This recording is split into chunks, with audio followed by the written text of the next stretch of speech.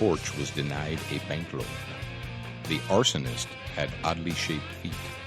Oh, are we on? Hey, it's Paul Markle, host of Student of the Gun Radio, and let me tell you what, you are very, very fortunate to hear the sound of my voice today, and very, very soon the sound of Jared's voice. And why is that? Because, ladies and gentlemen, and children of all ages, I have been awake since dark 30, or 0 dark 30, depending on whether you're Army or Marine Corps. Why have I been up since 0 dark 30? Well, let me tell you why. Because Jared and I have been on the road. That's right. Student of the Gun Crew was on the road yet again. And for the last 4 days, we have been in and around Houston, Texas, and parts there around southwest of Sugar Land, in that part of Texas. And what have we been doing? Well, we've been culling hogs. We've been removing some pesky varmint critters from the face of the earth. But before we get into that, and before I tell you about that awesome adventure, we need to make sure that we thank our good friends at Crossbreed Holsters. And let me tell you what, a Crossbreed holster will keep a gun secure while you are flying around in a helicopter. I can verify and vouch for that.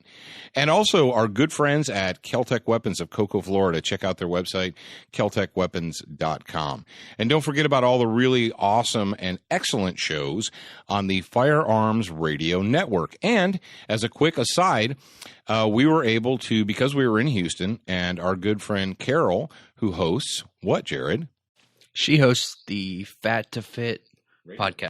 That's right. She hosts Fat to Fit Radio podcast, and she lives just outside of Houston. So while we were over there, we had a chance to have dinner with her and her son, Tony. So if you guys are listening to this, hey, Carol, hey, Tony, we're glad that you were able to join us for dinner. But don't forget all about all of our friends at the Firearms Radio Network. Check out those other shows as well. Now, before we get hot and heavy into our weekend and talk about what we experienced and what we did, what we want to do is we want to make sure that we do address our Student of the Week. Now, you guys are doing a fantastic job. Jared, tell them how fantastic of a job they're doing with your little # hashtag number thing that you've got going over there, Mr. Social Mediaite. Tell them about it. You guys are doing a fantastic job, and I really appreciate you listening. I was actually surprised. Can I say that? Yeah. You already did. Keep going with it. I already did. So I put the post at the top of the Facebook page, the Student of the Gun Facebook page, that basically gives you instructions on what to do. And I was really appalled at everybody that did that they took the time. You were appalled, meaning you were angry about it? Meaning you were disgusted by it? Did I say appalled? Yeah, you said appalled. You mean that you were pleased? Dude, we've been up since 0400. Yeah, okay. He was pleased, ladies and gentlemen. He was not appalled. I know you guys are getting offended right now, but back off your offense, right? And Jared's he's gonna tell us who exactly our Student of the Week is. Take it away, Jared. Our Student of the Week is Steve Spinner, and you, as in Paul Markle, have him interested in learning first aid. His question is, would you recommend taking a class at a local community college or maybe the Red Cross, and what would be some specific courses you would steer him to? Okay, Steve, thanks for asking that question and giving us the opportunity to talk about that. The answer is kind of yes and no, and it really depends on what education level or what type of education you're looking for. If you're looking for CPR, if you're looking for the Heimlich maneuver, if you're looking for basic family first aid, how to deal with burns and poisoning and so forth, most certainly a Red Cross program or American Heart Association program or something that you could get from your local community college or community center would be valuable. If you're looking for training, potential training that you can use to save someone from dying, from perishing from the big three. And the big three are what? What do we know? We know that's massive hemorrhage or blood loss, loss of an airway, and the tension pneumothorax. Now, those are the big three that will kill people quick, fast, and in a hurry often before the professionals have time to arrive. If you scrape your hand or get your finger caught in a door and slam it, you're not going to die before an ambulance can arrive. I hope not. I hope it wasn't that bad of an injury. But if you have an open artery in either your arm or your leg or both, if you have a hole in your lungs, if you have a blocked airway. Those are some things that can make you die before an ambulance and the crew on the ambulance have the time to arrive and start working on you. And we understand that a traumatic injury such as that can occur during a rollover car crash or a bad car crash. It can happen out at the range. It can happen in the hunting fields. It can happen at any time, anywhere.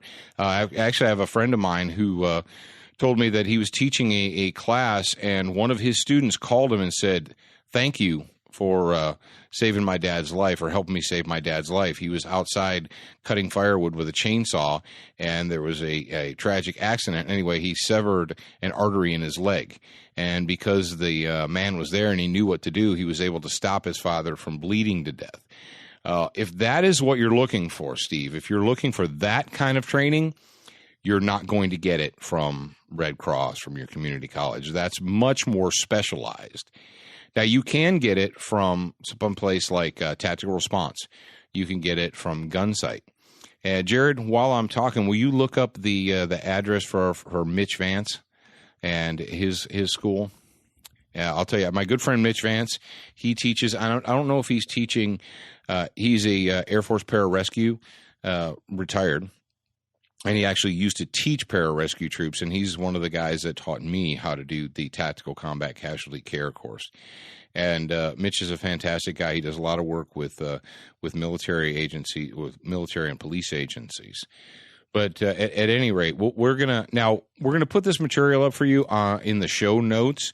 Now, when we say show notes, the show notes are available at studentofthegunradio.com. They're not available, the detailed show notes with all the links in them. You can't get that from iTunes or what have you. And you can't get that from the various Pod Gallery, Podcast, Stitcher, all those links. If you want to go to the clickable links where you can actually find the stories that we're referencing and go to the schools that we talk about and buy the products that we recommend, if you want to do that, you need to go to studentofthegunradio.com, and we'll have those there for you. So, Steve, yeah, if you are looking for that kind of training, you can find it. We've done that course. We have a course ourselves, Student of the Gun, that we teach. It's called Beyond the Band-Aid, and it essentially deals with, life-threatening emergencies. Stopgap medical care. What could you do in that, critical 5 to 10 minutes to stop someone from bleeding to death or dying because they have a closed airway while you're waiting for the professionals to arrive? So, Jared, go ahead. Mitch Vance's address, I believe. No, what web is address? Okay, go ahead. Is it the mobiletrainingteam.com? Mobiletrainingteam.com, that's right. Mitch Vance at mobiletrainingteam.com. He's a great guy. He's up in Oklahoma, and he's got a lot of good stuff to offer. So we'll put the direct link, contact information for Mitch's school, for Tactical Response, and for Gunsight. We'll put that up at studentofthegunradio.com in the show notes. So, with that said, now as we recording this right now, and it's being recorded on Sunday. You guys are going to hear it for the very first time on Monday. But Sunday nights are Student of the Gun nights on channel 266 on the Dish Network. That's right. Don't forget, if you want to watch Student of the Gun on your big screen TV, if you want to DVR it, if you want to sit in your favorite lounge chair and see me and Jared and all of our friends do what we do, all you have to do is go to channel 266 on Dish at 7 o'clock Eastern on Sunday nights, and you can watch the show. Now, you say, Paul, I don't have Dish Network. I have DirecTV, or I have cable, or I don't even watch TV, or I don't have TV. A lot of you guys have said, hey, I get all of my TV through Netflix or through my Xbox or whatever. Okay, fantastic. We got you covered. All you have to do is go to studentofthegun.com. Real simple, studentofthegun.com, and we put the show archives up for you guys. We put them on the homepage, we put them in the archives tab, and of course you can search YouTube. If you are a YouTubeite, all you got to do is go to YouTube and type in the words Student of the Gun, and bam, there are videos. And if you're a hardcore student of the gun, you can find us on all the social media. We got Facebook, Twitter, Instagram, Pinterest, LinkedIn. I can't think of the other ones right now, but there's all of them. I think it's pretty much all of them. Well, we got Vimeo and Vine and all that stuff too. So don't forget, check out studentofthegun.com. All the tabs and links and everything you need to be a student of the gun is right there available for you. Now, let's get into the why are Paul and Jared exhausted right now?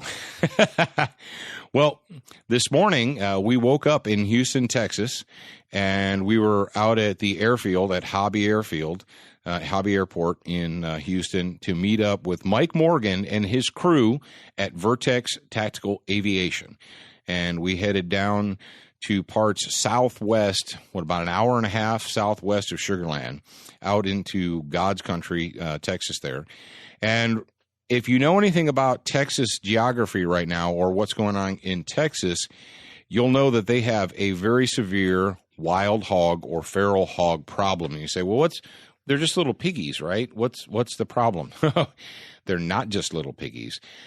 These pigs, these wild pigs, these hogs are literally destroying crops. They're destroying farm fields. They go in and they do thousands and thousands and thousands of dollars worth of damage to crops, to ranchers. They destroy their soybean crops, their rice fields, you name it. The hogs are in there destroying them. And right now, the estimated Texas Department of Wildlife estimates that the feral hog population within the state of Texas, now it's a big state, it's the size of a country, but still, they estimate that there's 3.2 million wild hogs, and they're just going crazy. And now it's gotten to the point where they're getting into subdivisions. If you know anything about wild hogs or feral hogs, is quite often they operate in the dark. They tend to be nocturnal. At least that's when they do a lot of their dirty work. People in subdivisions are waking up to find their nice manicured, sodded lawns that they paid thousands of dollars for are all rooted up by the local hog population. And how do we deal with them? Well, you say, well, let nature take its course. Let nature take its course. Let the natural predators come, and it'll balance out over time. It's not really working. Why is that? Well, because in nature, there are two main predators that are atop the food chain above the wild hog or the wild pig, and those are wolves and tigers. So in Asia, the hog population doesn't get too bad because the tigers eat them. In Russia, the wolves eat them. Now, there is not a big wolf population in Texas, and there's certainly nowhere near a big enough wolf population to eat all of the hogs. Right now in Texas, there are no natural predators to take care of the pigs. So the only thing that can take care of the pigs is old age and you and I, the two-legged predator, man. And how do we do that? Well, we do that in lots of ways. People have tried live trapping. We've had some environmental people that are like going to live trap them and move them to somewhere else, and that just moves the problem. And then you've had people that said, well, you could poison them. Bad idea. Poisoning is bad idea because why? Because the other game gets into the poison, the deer and so forth. You don't want to do that. We have individual trappers and hunters that will shoot them one or two at a time. Guys will be out in their deer stand, and the hogs will come in. They'll shoot a couple hogs. But right now, hogs biologically breed not quite as fast as rabbits, but they breed almost on a scale. I believe the numbers were, Jared, if a healthy adult sow, feral hog pig sow, can produce within 2 years something around 150. She will produce through multiple litters. She'll produce, then her offspring will produce, and then their offspring will produce, and so forth. She will begat like up to 150. Right now, they say that in order to keep the numbers from growing, to just keep them stable without growing, they would have to kill 75% of the feral hog population. Now, why are we talking about pigs? Why has Paul got his amateur biologist, amateur game warden hat on? Well, I'll tell you why. Because we were with the guys at Vertex Tactical Aviation. And what is tactical aviation? Well, it's helicopter hog hunting. That's right. It's hog depredation. Getting rid of the hogs from the air. And yes, it is fair. And yes, it is fun. But you don't just jump into a helicopter and start wailing away like your favorite Vietnam movie. Okay, this isn't Full Metal Jacket. It's not Apocalypse Now. You have to have the training. Jared's going to go ahead and jump in. Jared, jump in. Do it. I'm kind of going ADD on you over here. You said the going through the helicopter all fast and stuff. I was thinking about music, and I was thinking about music that gets you pumped up, and I was thinking about our intro music, who comes from Madison Rising. Oh, yeah, Madison Rising, our good friends at Madison Rising. And I just wanted to mention them. That's all I wanted to do. Go check them out, madisonrising.com. Oh, yeah. Yeah, don't forget about, we haven't mentioned them in a while, and shame on us. But most of our intro music, our B-roll music, and so forth is composed, written, and used with express permission from our good friends at Madison Rising. And they are a pro-gun rock band. They're a very pro-gun, pro-Second Amendment rock band, so you can check those guys out. So here's what Jared and I did. We trucked ourselves over. We left lovely, sunny Biloxi, Mississippi, and we went over to Houston, got ourselves a hotel room, woke up bright and early the next morning, shaved, showered, put on our best, and went over to Hobby Airfield, where our friends at Vertex Tactical Aviation are hanging out, where their offices are. Now, if you want to go on a helicopter hog hunt, you can, in the state of Texas, legally book a hunt through an outfitter, through a guide service, where you can go out in a helicopter and shoot hogs, shoot wild hogs. But no company that is sane, no company that is reputable is just going to stick you in the cockpit of a helicopter, hand you a rifle, and say, "Go for it, buddy." And my good friend Mike over there, he goes, "We've had guys call and say, I don't need your safety course. I know what I'm doing." And he says to that, "Well, really, when's the last time you flew around in a helicopter shooting at animals?" Well, I've never done that, but I mean, I've been hunting my whole life since I was real little. Shooting from a moving platform of a helicopter at a moving object on the ground is nowhere near the same as sitting in a blind with your grandpa waiting for a buck to come out. It's just not the same, folks. I got a question for you. Send it. How long have you been shooting? Since I was a little kid when my grandpa taught me. Okay. Did you learn anything from this program that he put? Absolutely. I did. I learned things. I've been shooting my whole life, almost, not my whole life, but since I was about 11 years old. I consider myself a dedicated student of the gun. And as Jared said, I sat through Mike's 4-hour training course. There's an indoor training course and then an outdoor portion. And I learned things that I didn't realize. I learned new things about wild hogs, and I've killed wild hogs, several of them, over the last few years. But I learned things about hogs that I didn't know, a couple of things. And I learned things about shooting from a helicopter that I had no idea. Now, I've ridden in lots and lots of helicopters as a Marine, but as Marine infantry, they don't usually let you shoot out of them. The crew chiefs frown on that. They're not too hip with the grunts shooting out of the helicopter. They want you to just sit in the fold-down seats, be quiet until the bird comes to a stop, and then get out real quick. As soon as the ramp goes down, you get out. You don't shoot from it. Only the crew chief gets to shoot from it, the designated gunners. So I've flown on lots of helicopters, but I've never had the opportunity to fire a weapon at a live, living object from one. So what we did, we went over there, and Jared and I sat through the course. It was a very well put. The course was put on very well, very professional. We learned a lot of stuff. It was kind of eye opening. Some things that we already knew were reinforced to us. And then after that, you take a break, and they load up, and you go out to the live fire practice range. Now, before they put you on an animal and you get that buck fever or that hog fever and go all fumble fingers and crazy, Mike and his crew, they need to know. And Mike and his crew, when I say Mike and his crew, you know what I'm doing, Jared. I'm not mentioning everybody as an individual, and that's kind of a jerk move on me. So special thanks go out to Lisa and Hunter and Steven and Junior and Brittany and who am I forgetting? You gave them the benefit of the doubt. I was going to say Cupcake and Pooh Bear. But Oh, you're going to get in trouble on that one. They're going to have to drive all the way to Biloxi to kick you in the butt. Well, they might as well just fly the helicopter over here. I didn't forget anyone, did I, Jared? I don't think I did. And who's our four-legged friend there? Boomer, our four-legged friend, the Vertex Aviation mascot. Well, anyway, Mike and his crew, they have an excellent operation out there, and a lot of you guys might think, well, how do they get the helicopter out to the field? They're at Hobby Airport right in the middle of Houston.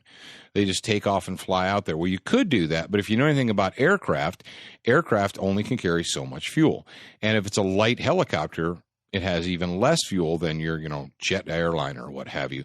So rather than load it up with fuel, fly from Hobby out to where you're going to practice and fly back, what they actually do is they trailer it out there. And you're like, what? I'm like, yeah, they put the helicopter, they just take off, land on the trailer, strap it down, secure it, and it's a rolling airfield on wheels. So when they get to where they're going, not only are they able to take off and land on a stable platform of the trailer, but they take along extra fuel with them. They take along any, tools or, oil, any kind of emergency type stuff that they might need to do some touch-ups on the aircraft while they're out there. They take it all with them, which I was really impressed by. I was like, wow, these guys are forward thinking. They must have done this once or twice. So after you take your course, you go out there, and Mike gets you up. And you go out into, like I said, a big empty field where there's nobody around but the helicopter and the target. And what he uses is generally they use a tire. And now I guess we were getting a little ahead of ourselves, aren't we, Jared? We should talk about hardware. You want to talk about hardware? Let's talk about hardware. What are we going to talk about? Let's talk about what do they provide to you? What do you have to bring with you to go on a hunt with them? Yeah, that's a good question. A lot of folks are like, oh, I want to do this, and I want to take my favorite, whatever it is, my 270, my 30-06, my whatever. What they do is they keep it on a keep it simple formula. Mike has rifles, and they have optics, and they have accessories, and they have the ammunition.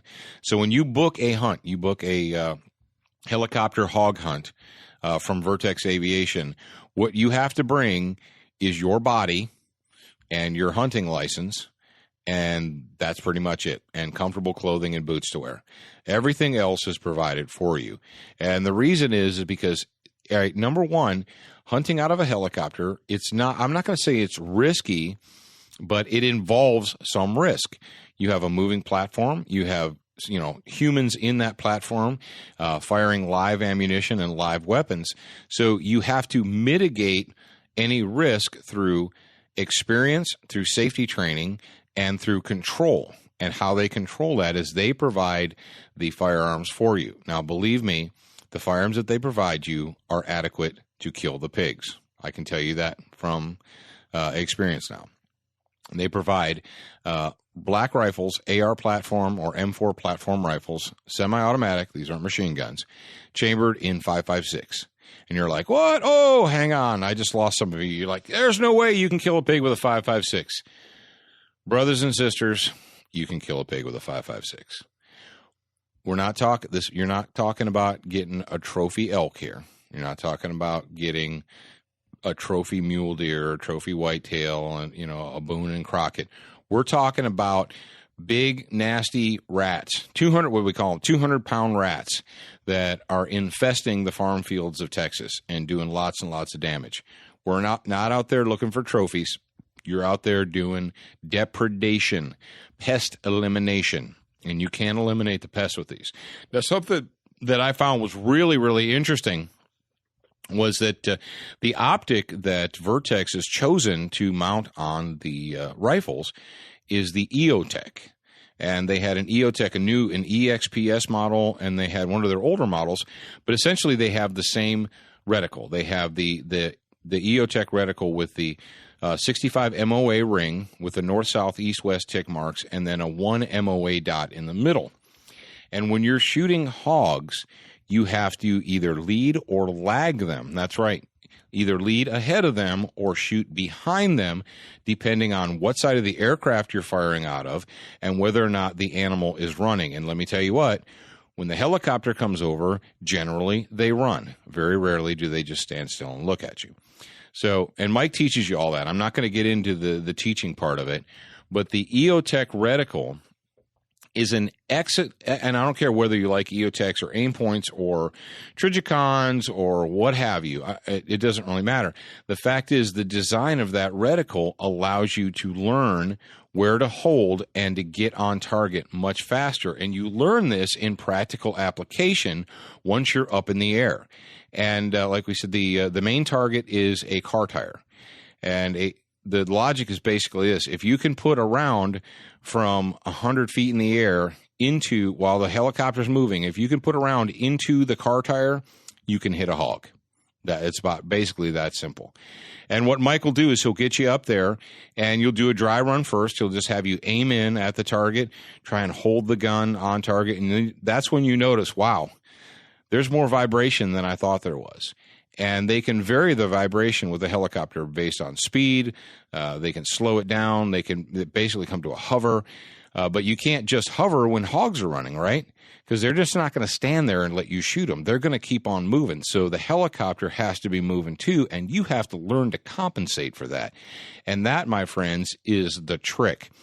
And so before you're allowed to actually get out and get on actual animals, what Mike will do is he'll have you go through several magazines worth of ammunition practicing to make sure that you are capable of operating an AR platform or an M4 rifle and working the, charging it, loading it, doing all that good jazz, taking the safety off, putting the safety on, and controlling it in a responsible and safe and effective manner.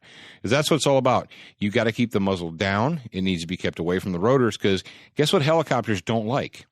Helicopters don't like it when you shoot through the rotor. It makes the helicopter sad. And when the helicopter gets sad, it falls out of the sky. So bad juju. Shooting up through the rotor, bad juju. Keep it down. And once you've done that, and Jared and I successfully completed our training. We got our certifications and our official badges.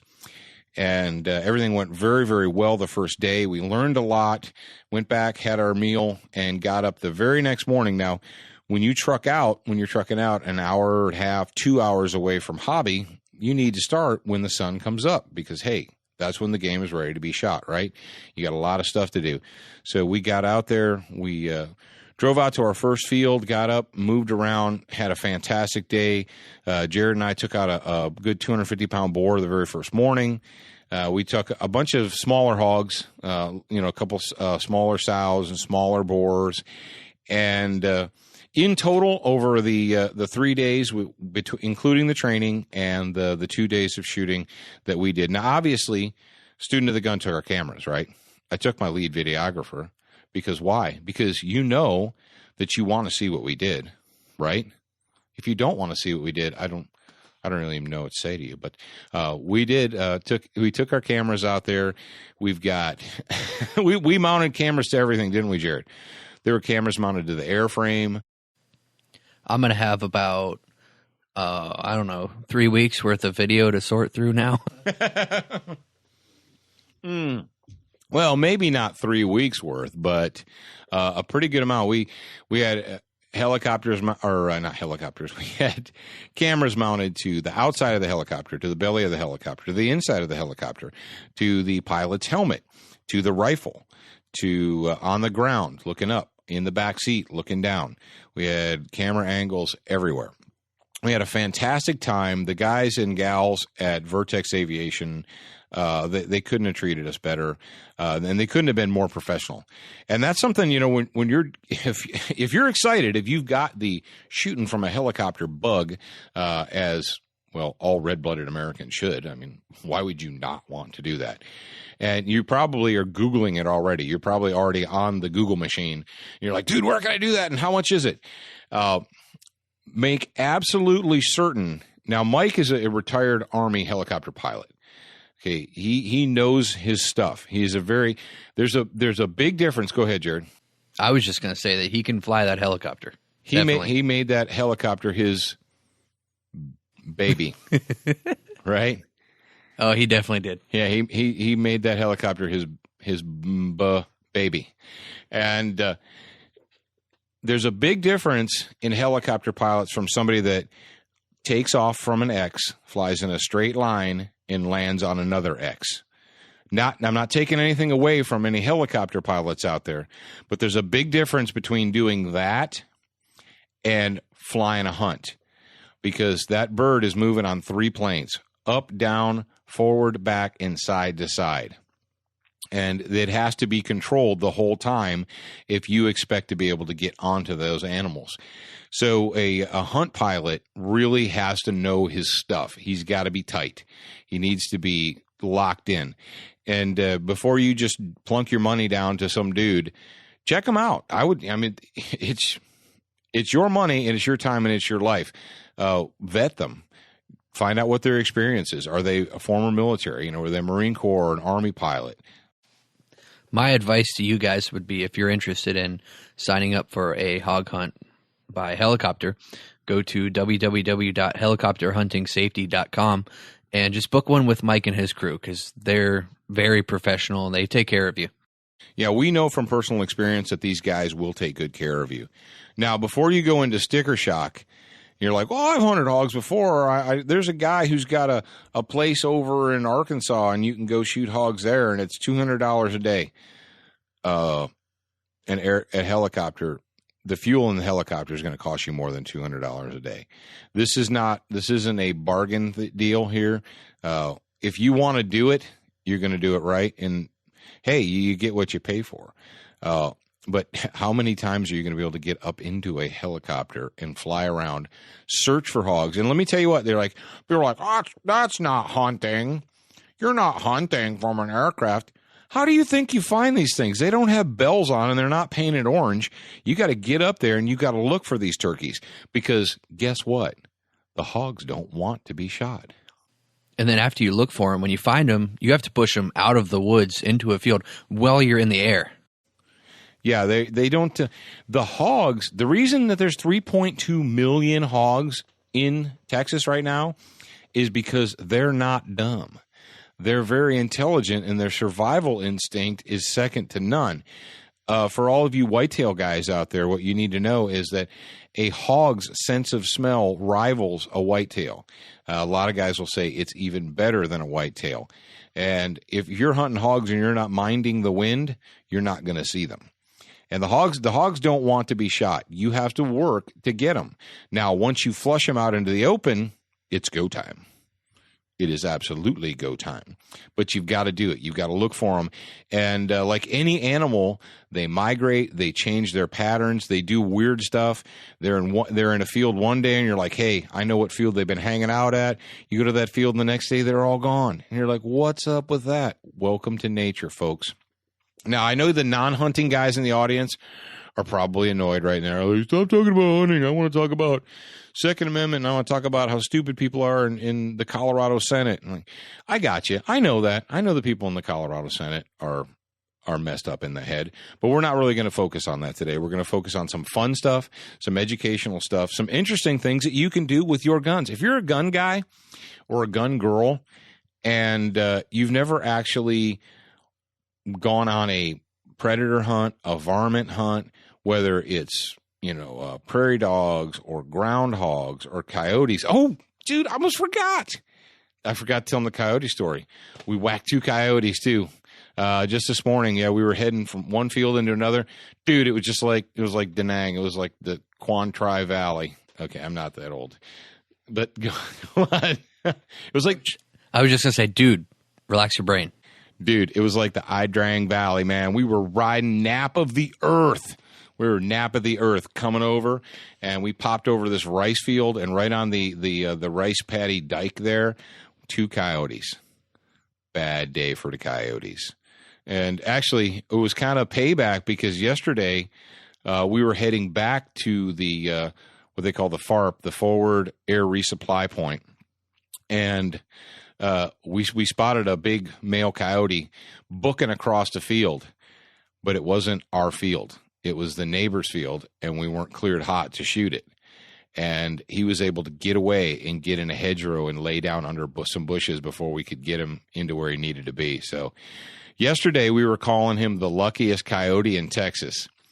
Today, not so much. Because that's right, your lovable, benevolent host sent 2 coyotes to the great beyond, and I saved innumerable fawns. We saw lots of, from the air, we saw lots of white-tailed does with their fawns hopping around out in the field. And so we took care of them nasty, wily coyotes today. We popped them, sent them to the great beyond. Jerry, what else did you want to say about your adventure? I was just going to say, even if you're not a gun person, just get up in a helicopter and enjoy the view. I was just happy, and I was really happy to be up there just for the view. It was just an extreme bonus that I got to shoot out of the helicopter. and he was so cute. It was his first helicopter ride ever. What kind of awesome first helicopter ride is that? That's right. Not just it wasn't like where's it? Oh, it's Vegas. Vegas, where they rent helicopter rides. They take you out to the Grand Canyon and tool you around there, but they don't let you shoot stuff out of the ones in Vegas. I would much rather go with the guys at Vertex. Yeah, I think they frown on that in Vegas. If they don't, I don't think they issue you rifles when you get in the helicopter. Well, we could just take our own. Well, the official rifle maker of let's give a couple of quick shout outs. The official rifle maker of Vertex is Battle Company. Battle Rifle Company. The Battle Rifle Company, and from what Mike tells me, they are a Texas-based AR M4 company. And what I can tell you is that I used one of their rifles for 3 days, and actually I used 2 of their rifles. I swapped out, and they both worked fantastically. We didn't have any problems with them at all. I didn't have any problems with my rifle. I don't think Jared didn't have any problems with his. I didn't have any problem. They were topped with EOTech optics, and what else? The HPR ammunition.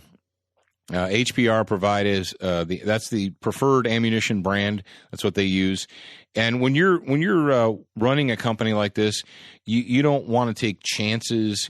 You don't want to mix things up, because when you mix things up, that's when things go wrong. So you control everything. If you know any pilots, you know that pilots are generally very serious control freaks, and they are, because that's how they stay alive. When you leave things to chance, that's when aircraft fall out of the sky, and we can't have that. So at Vertex, they take care of everything. They make sure that every I is dotted, every T is crossed, so that you can have the best experience possible and mitigate, any kind of a potential risk. Because hey, you're moving around up there, and when you're in a vehicle, and the vehicle is moving, there's, whether it's your car or a motorcycle. I mean, you guys out there ride motorcycles, a lot of you, right? You know that it's a risk, but you take that risk because that's what you want to do. Well, it's the same thing with being in a helicopter or an airplane or a car. But you can mitigate that risk by training, education, and by following the rules. And that's what they do. And as long as they're not hard rules. It's pretty simple stuff like don't ever point the muzzle at anything that you would not want to destroy. Amazing. Keep your finger off the trigger until your sights are on the target and you made the decision to shoot. Wow. Earth-shattering, right? Keep the weapon on safe until you're ready to fire. Bingo. Treat all guns as if they're always loaded all the time. Where have we heard these things before? Those are the things that you need to do to use a helicopter or a rifle in a helicopter. Pretty simple, right? Not hard to figure out. Yeah, it would be kind of hard to use a helicopter and a rifle. Well, that's true. Ladies and gentlemen, I tell you what, I really and truly do appreciate you stopping by and being here with Student of the Gun Radio this week. We kind of vacillated back and forth about all right, do we do this now and get it up on time? Because, ladies and gentlemen, your host and his intrepid editor are some tired dogs. We are some tired dogs. But we do appreciate you stopping by. We do appreciate you spending the time to listen to Student of the Gun Radio. And you guys you've been very supportive, and we want you to know that we do appreciate that. Even if we can't get to every one of your questions every week, that doesn't mean we don't read them. It doesn't mean that we're not going to include them in future shows, because we certainly are. And we appreciate you guys taking care of our friends. We couldn't bring you this show. computers cost money, microphones cost money, everything costs money. Nothing in this world is free. And the reason we're able to bring you Student of the Gun Radio is because of people like our good friends at Kel-Tec Weapons down there in Cocoa, Florida, because of our good friends at Crossbreed Holsters, because of our buddies over at the Firearms Radio Network that got us all set up and going here. So if you have the opportunity to thank them, please do that. And from you, or from me to you, Jared wants to tell you one more thing. Go ahead, Jared. Tell him. I was just going to ask you if you want to know something that actually is free. What's free? You could get free training from Student of the Gun if you go sign up for our newsletter at studentofthegun.com. Right there on the right-hand side, it's got the Win a KSG, and it's got a sign-up form there. Just sign up for that. And actually, another thing that's free is a KSG shotgun with some frog lube, a frog tube from them, and then 5 flashlights from Kel-Tec as well. The kid is absolutely right, and I am ashamed that I did not mention that up to this point, but he's absolutely correct. All you have to do is go to studentofthegun.com over on the right-hand side, sign up for the newsletter. It's ridiculously simple. You do it, you're automatically entered to win that KSG shotgun. 5 runners-up, going to be the CL43 flashlights, an excellent thing. And just as a bonus, you'll get a frog tube, that's a frog lube, complete cleaning and maintenance kit. So check that out. Make sure that when you get an opportunity, you check out studentofthegun.com. Go over there. You can read the articles. You can watch the archives from the show. You can link to the radio program. You can do all that good stuff. And if you're listening to us on iTunes, you know who you are, all you iTunes guys out there and iTunes gals. If you are an iTunes subscriber, do us a favor, take a moment and rate the show, because iTunes does pay very close attention to the ratings, and that's how we can bump our numbers up and actually expand Student of the Gun Radio. And you want Student of the Gun Radio to expand, don't you? Jared? I do. I would love that. Jared does. I mean, and if Jared wants it to happen, we need to help him make that happen, right? Absolutely. Correct. All right. Enough frivolity for 1 week. Ladies and gentlemen, remember that you are a beginner once, but you should indeed be a student for life.